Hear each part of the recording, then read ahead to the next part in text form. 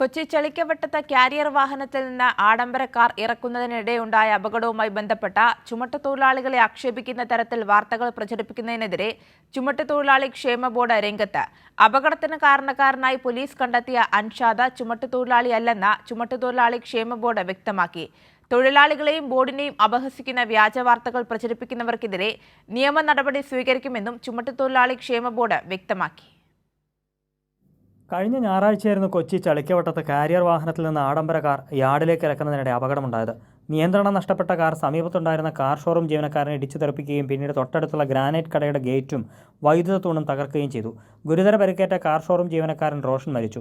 അപകടമുണ്ടാക്കിയ car ഓടിച്ചിരുന്ന Anshad, car ഇറക്കാൻ സഹായിച്ച അനീഷ് എന്നിവർ CITUവിന് കീഴിലുള്ള ചുമട്ടുതൊഴിലാളികളാണെന്നായിരുന്നു ചില മാധ്യമങ്ങളിൽ വാർത്ത വന്നത്.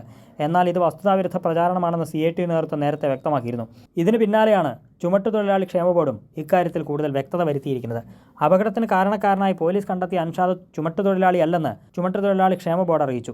ട്രെയിലറിൽ നിന്ന് കാർ ഇറക്കുന്ന ജോലി ചുമട്ടുതൊഴിലിൻ്റെ പരിധിയിൽ വരാത്തതിനാൽ ചുമട്ടുതൊഴിലാളികൾ ഈ ജോലിയിൽ ഏർപ്പെടുന്നില്ലെന്നും കാർ ഓടിച്ച അൻഷാദ് ചുമട്ടുതൊഴിലാളി അല്ലെന്നും ഇയാൾക്ക് ബോർഡുമായി യാതൊരു ബന്ധവുമില്ലെന്നും കേരള ചുമട്ടുതൊഴിലാളി ക്ഷേമ ബോർഡ് വാർത്താക്കുറിപ്പിൽ വ്യക്തമാക്കി. വസ്തുത ഇതായിരിക്കെ തൊഴിലാളികളെയും ബോർഡിനെയും അപഹസിക്കുന്ന വ്യാജ വാർത്തകൾ പ്രചരിപ്പിക്കുന്നവർക്കെതിരെ നിയമ നടപടി സ്വീകരിക്കുമെന്നും ചുമട്ടുതൊഴിലാളി ക്ഷേമ ബോർഡ് അറിയിച്ചു. കൈരളി ന്യൂസ്, കൊച്ചി.